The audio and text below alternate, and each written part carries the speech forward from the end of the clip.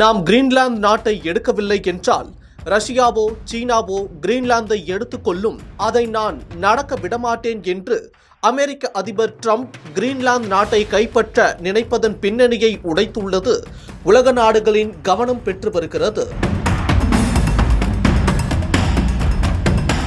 வெனிசுலாவில் அத்துமீறி இராணுவ தாக்குதல் நடத்தி அதிபரை நாடு கடத்தி கைது செய்த கையோடு கிரீன்லாந்து பக்கம் திரும்பிய அமெரிக்க அதிபர் ட்ரம்ப் ஆக்கிரமிப்பு திட்டத்திற்கு கிரீன்லாந்து ஒப்புதல் கொடுத்தாலும் கொடுக்காவிட்டாலும் நிச்சயம் அது நடக்கத்தான் போகிறது என்று ஏற்கனவே திட்டவட்டமாக கூறியிருந்தார்.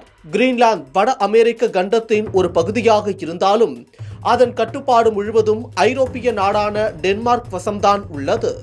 கிரீன்லாந்துக்கு இராணுவ பாதுகாப்பு கொடுத்து வரும் டென்மார்க் அரசும் ட்ரம்பின் பேச்சுக்கு கடும் கண்டனம் தெரிவித்திருந்தது. அது மட்டும் இல்லாமல் நேட்டோ நாடுகள் மற்றும் ரஷ்ய எல்லைக்கு இடையே உக்ரைன் இருப்பது போல சீனா ரஷ்யா நாட்டுக்கும் அமெரிக்காவுக்கும் இடையே கிரீன்லாந்து இருப்பதால் அந்நாட்டை கைப்பற்ற அமெரிக்கா தீவிரம் காட்டி வருகிறது.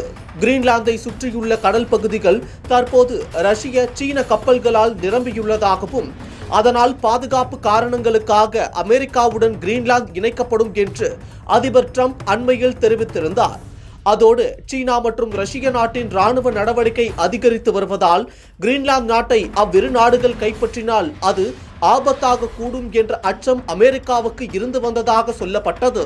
இந்நிலையில் அதனை வெளிப்படையாக அமெரிக்க அதிபர் ட்ரம்ப் ஒப்புக்கொண்டுள்ளார். இது குறித்து செய்தியாளர்களின் கேள்விக்கு பதிலளித்த அவர், நாம் கிரீன்லாந்தை எடுக்கவில்லை என்றால் ரஷ்யாவோ சீனாவோ கிரீன்லாந்தை எடுத்துக்கொள்ளும், அதை நான் நடக்க விடமாட்டேன்.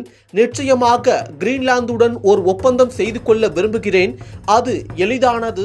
ஆனால் எப்படியா இருந்தாலும் கிரீன்லாந்து நமக்கு சொந்தமாக போகிறது என்று திட்டவட்டமாக கூறியிருக்கிறார். முன்னதாக பேச்சுவார்த்தையில் உடன்பாடு எட்டாவிட்டால் கிரீன்லாந்தை கைப்பற்ற கடினமான வழியை தேர்வு செய்வோம் என்று ட்ரம்ப் அறிவித்திருந்தது குறிப்பிடத்தக்கது.